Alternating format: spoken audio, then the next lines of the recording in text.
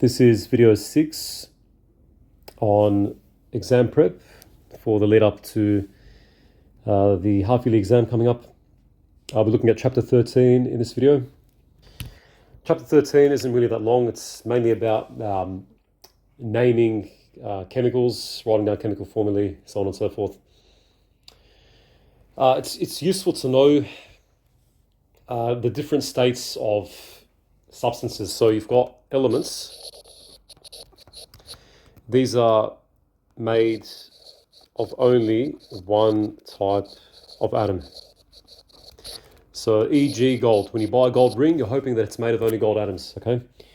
Otherwise you're getting scammed. Compounds. These are formed when two or more different, and the key word here is different elements, different atoms I should say, join. E.g. H2O, CO2. H2O is water. It's got hydrogen, H, oxygen, O. There's two elements there. Carbon dioxide, CO2. It's got carbon and oxygen, two elements. We've also got some things like glucose, C6H12O6. This is commonly found in sugar. Needed for respiration, for giving us energy.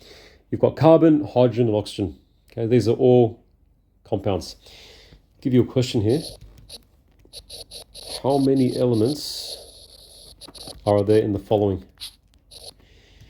So I'll give you this: sulfuric acid, sodium hydroxide, sodium chloride. Just a note as well that for elements, they can exist, useful to know, as monatomic states or diatomic states.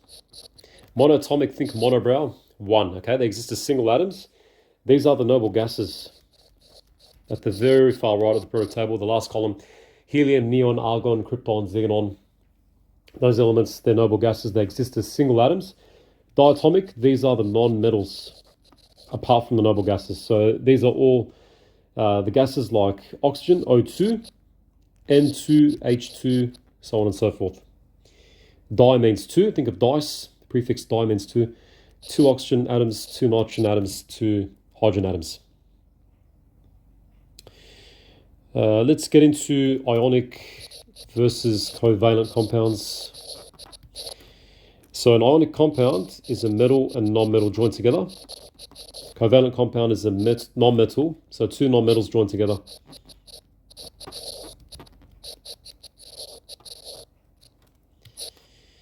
Okay, for example, CuCl, NaCl, KBr, e.g. here, O2, N2, H2O.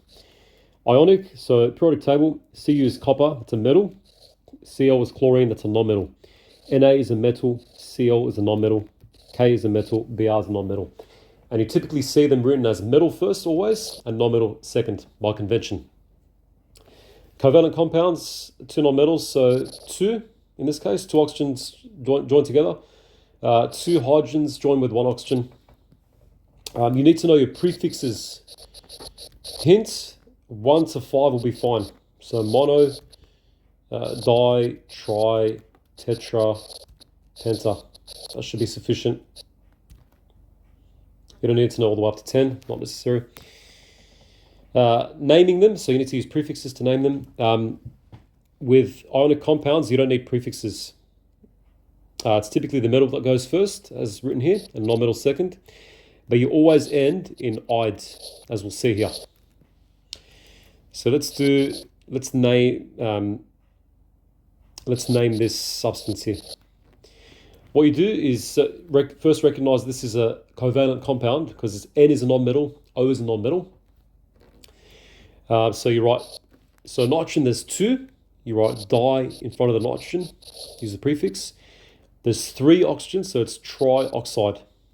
Not oxygen, but oxide. Okay, I should say also for covalent compounds, you put "ide" at the end, typically. There's two nitrogen, three oxygen, so you put prefixes and end in "ide."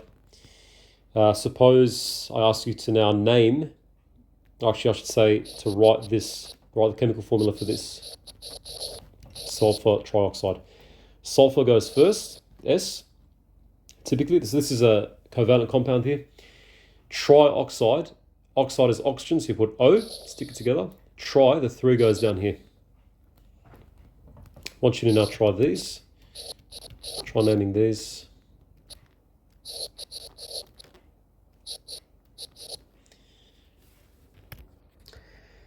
In terms of salts, so salts are actually ionic. These form in many chemical reactions, acid base, acid metal, and acid carbonate. They typically end in ate or ide.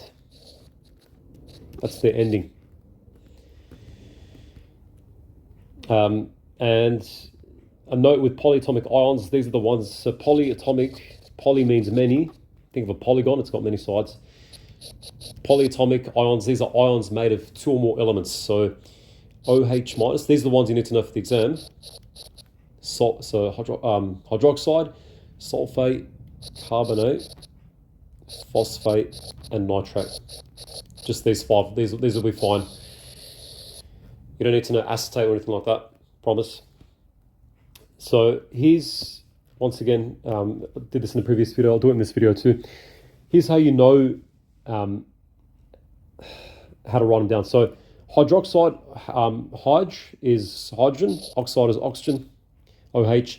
Sulfate, S for sulfur, 8 for oxygen.